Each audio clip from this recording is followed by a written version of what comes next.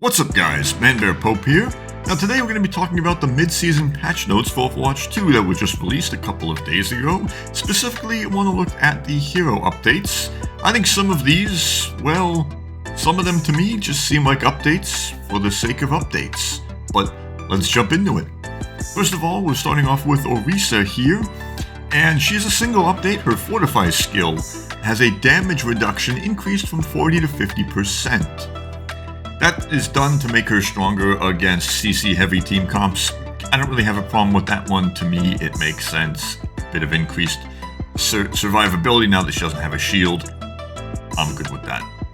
Next is Symmetra. They made a change to his Vortex, where the Vortex projectile, so when he's actually activating the ability, will now pass through enemy heroes as opposed to bouncing off of them, and it will still be blocked by barriers. Now that was done to basically make it easier to use against a group of enemies. And again, this one I don't really have any problem with. It just kind of makes sense to me rather than, hitting somebody and bouncing off and going off into a place you don't intend it to be. So the next one here is going to be Reinhardt, and his barrier health has been increased from 1200 to 1400. Now that to me seems like it's a fairly basic change. Although hopefully, players won't get into a situation where you feel like you're just shooting his shield constantly, because I don't think that's beneficial to anybody except, the team that Ryan is shielding. But we'll see. I don't really have any quarrel with that one, any issues with that one. So next is going to be Ball, and this to me is kind of an odd change. I don't fully understand it, but they made a change to his quad cannon manual reload. So the reload when he's, out walking around firing, not when he goes into his ball form. And the time for that was reduced from 2 seconds to 1.6 seconds. Now, the dev comments for this one say that Wrecking Ball rarely reloads in his quad cannons manually due to the automatic reload that triggers when transformed into a ball. This change makes reloading without changing forms a more viable option.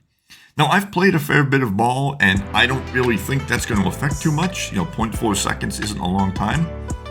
It's just, to me, seems like a change that was done just for the sake of change.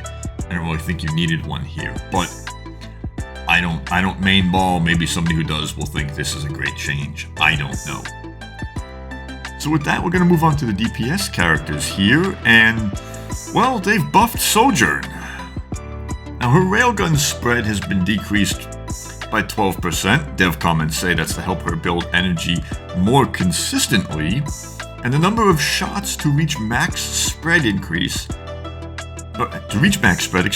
increased from 8 to 12. Dev comments on that one say that this is to help her when firing short bursts, so she'll be a little more accurate in that scenario. Now, I don't feel like you needed to buff Sojourn any more than kind of she already was. She was already a fairly strong DPS character, and she's going to now be able to build charge faster. I don't necessarily think she needed this buff. Maybe you put a slight nerf in, but that's just me. I think if you get a good Sojourn on your team or on the enemy team in a match, they can potentially turn that match. I don't necessarily think that's the character that you buff, but hey, what do I know? Now, we're going to move on to Soldier, and Soldier's had changes to his entire kit. This is going to be an interesting one.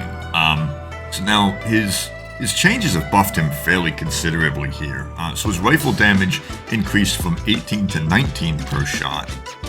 So his regular attack will do more damage. His rocket explosive damage has gone up from 80 to 90. And his biotic field healing per second has gone from 35 to 40. So he'll be able to hang around in a fight longer and do even more damage than he already could. That's gonna be interesting. A soldier with a bit more staying power, I think, could potentially be a really dangerous opponent. So that's going to be interesting to see. I'll have to see how that plays out in an actual round. Now, Sim, they buffed Sim considerably here. And I think, much like the Sojourn buffs, they've already taken a strong character and made her even stronger. They've done a bunch of different things here. So her secondary fire Maximum damage has been increased from 45 to 50. Her secondary fire maximum explosion damage has been increased from 45 to 50. And she regenerates up to 30 shield health per second with primary fire, deals damage to barriers or enemies with shield health. That's going to be a very interesting one to watch out for. So she's going to do a lot more damage than she already does. Now the dev comments for this one were very interesting. They did nerf her sentry turrets slightly. So the damage turrets, actually they nerfed the damage on those turrets fairly considerably. From 40 to 25 per second. And they will also now reveal enemies while dealing damage. And for an additional second after they deal damage. Now, the dev comments on this one say that Sim is heavily map dependent, to the point where they were seeing usage of Sim on certain maps basically just alter the entire balance of power. And then on some other maps, you barely notice if she was there.